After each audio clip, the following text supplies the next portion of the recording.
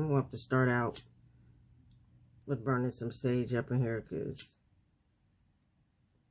there's some evil shit going on. Some evil shit.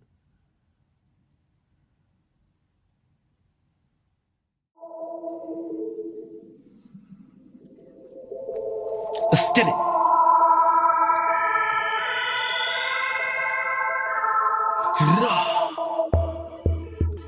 Guapo. What you prefer, girl?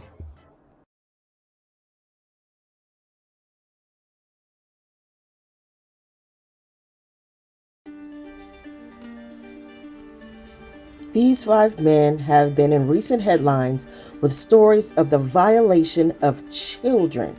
I will list their violations and allow you to hear from the very mouth of one of them exactly what he does and how he does it. He does so without shame or remorse and attempts to convince the world that this is normal and even places the blame on the victim. First up, Kenneth Zoo Petty, convicted over 20 years ago for the assault of Jennifer Huff, where he pled to a lesser charge that neglected Mrs. Huff's additional allegations of being basically kidnapped by force on her way to school, violated by this monster, and managed to escape.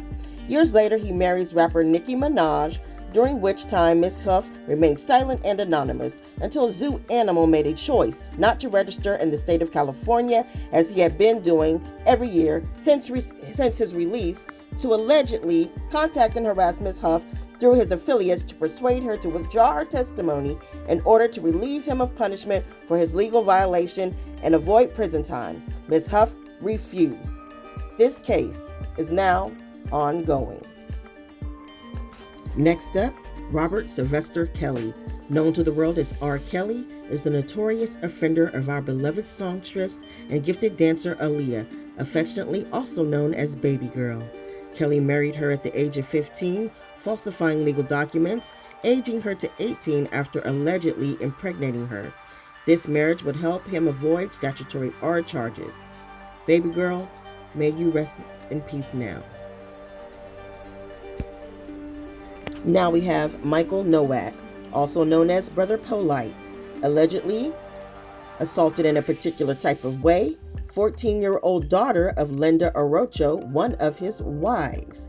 He was said to be found, his fluid found on her clothing and DNA identified after he was to take her to a nightclub event, but detoured instead to a hotel room where she became ill and at some point unresponsive, awakening to him, forcing her to vomit. This case is also ongoing. And now we've come to Mike Huckabuck. In recent news, this 55-year-old or 61-year-old man married a now teenager of legal age just after her 18th birthday, which definitely lends to the assumption of an intimate relationship before her becoming of age. According to her mother, she herself prostituted herself out to Mike in 2017 for $150 and a cell phone. She alleges also that the relationship was brought to her attention between her daughter and he 2 years prior at the age of 16. No charges have been filed. And finally, last but not least, we come to Glendon Cameron, YouTuber, who on his YouTube channel describes in detail his escapades of criminality, luring tons, quote unquote, of high school age children, referring to them repeatedly as exceptionally mature, and vividly describing particular body parts. Even describes a situation between himself, a woman he met via his infamous Craigslist posting, and her 2 minor daughters, roughly ages 15 and 16. Take a listen to his shenanigans. I don't believe R. Kelly's a predator. I think he has an appetite. I feel that R. Kelly pissed off the wrong person. I don't know what he did, but he pissed off the wrong person that launched this investigation. I am a little sympathetic to R. Kelly. I know that sounds really, really crazy, but hear me out. I guess I need to start with what I've done. When I was doing my Craigslist protocols hot and heavy, I would get a ton, I mean a ton of high school girls answering my ads. Typically, I ignored them because even though I have a similar appetite to R. Kelly, I like young women, but I don't like children. But this is how a child tricked me. This is how a child tricked me. Typically, they would be young. There would be lots of signs that this girl was very, very young. And I would just ignore them. Then this one girl, she answered the ad. We started to talk, and she was an exceptionally mature 17-year-old. Let me say this again. This chick was 17. Her conversation was different. She actually was a hairdresser, and oh my God, she had these amazingly firm double D. That should have been my clue. One of the things that I would do is I would do social media search on all my chicks just out of curiosity. So I'm like doing my social media search and I find her Facebook page and I see her with her high school friends. And I'm like, oh shit. So I call her up and I ask her, because she told me she was 21. That's what she told me. And you cannot unfuck a chick. You can't unfuck her. And I was like, I need you to tell me something. How old are you? And then she got very silent and she said, I'll be 18 in 4 months. Then she also said the age of consent in Georgia is 16, so you're good. She was everything that I liked. And you know what I kept doing? I kept fucking her. At this point, I fucked her 15 times. The crime was done. So I just kept fucking her from she was 17 to 22. R. Kelly and I are similar, but we're very different because I have safeguards. I know when I'm getting out of control. And this is how a lot of young girls end up with older dudes.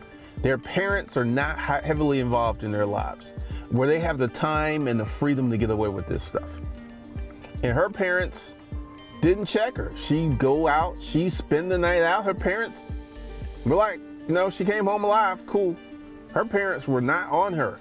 So I didn't have to worry about catching a charge from the parents. R. Kelly is being portrayed as a predator, right? Did he hold a gun to these women's hands? There is something special about fucking a chick who doesn't have a lot of sexual experience. Because everything you do to her is fun. It's all brand new. And if you've got that type of appetite, it can be insatiable.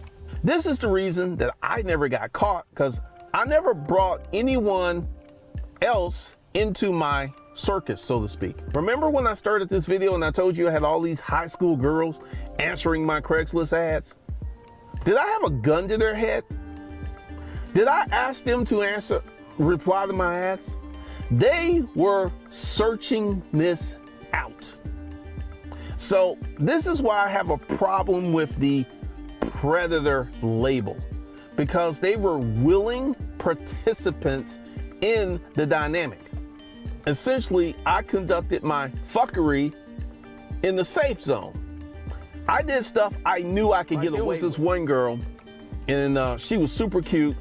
And then I did my research on her and saw her pictures of her with her mom and dad, which means her parents were very much involved in her life. And that right there would have been the danger zone, because this is how it happens.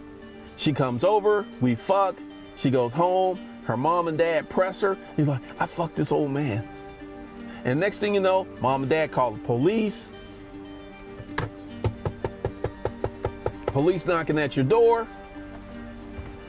That's how that goes down. So I never put myself in the crosshairs of the danger zone.